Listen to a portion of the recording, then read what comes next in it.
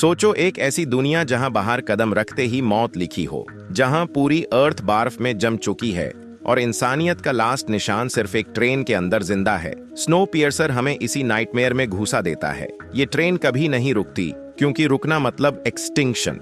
पर यह सिर्फ सर्वाइवल की कहानी नहीं है, ये एक चलती हुई जेल है जहां जिंदा रहने के रूल्स बहुत ब्रूटल हैं।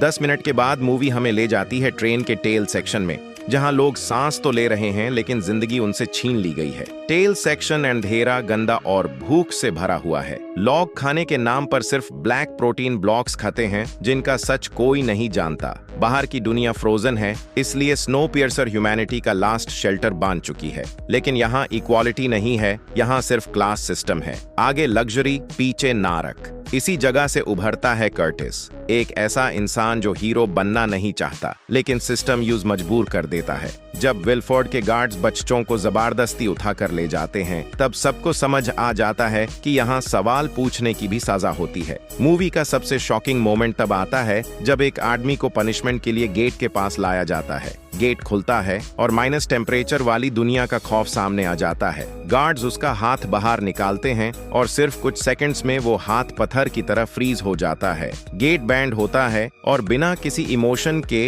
एक हेवी मेटल रोड से उस फ्रोजन हाथ को तोड़ दिया जाता है।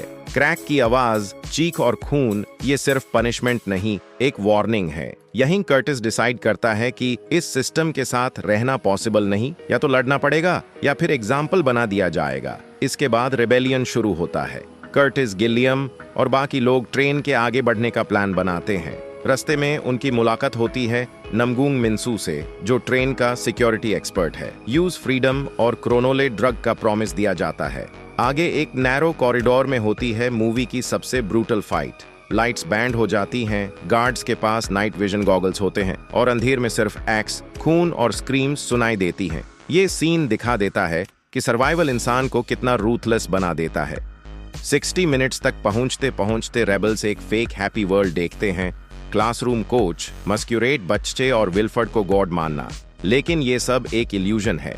आगे लग्जरी सेक्शन में फ्रेश सुशी, पार्टीज और एक्सेस दिखाया जाता है। कर्टिस अपना डार्क पास्ट रिवील करता है। जब भूख ने लोगों को कैनिबलिज्म तक पहुंचा दिया था, तब एक बात क्लियर हो जाती है, स्नोपियर्सर एक ट्रेन नहीं बल्कि पावर और कंट्रोल का एक्सपेरिमेंट है। सवाल सिर्फ ये नहीं कि कौन जिंदा रहेगा, बल्कि ये है कि क्या इस सिस्टम को बदला जा सकता है या सिर्फ तोड़ा जा सकता है।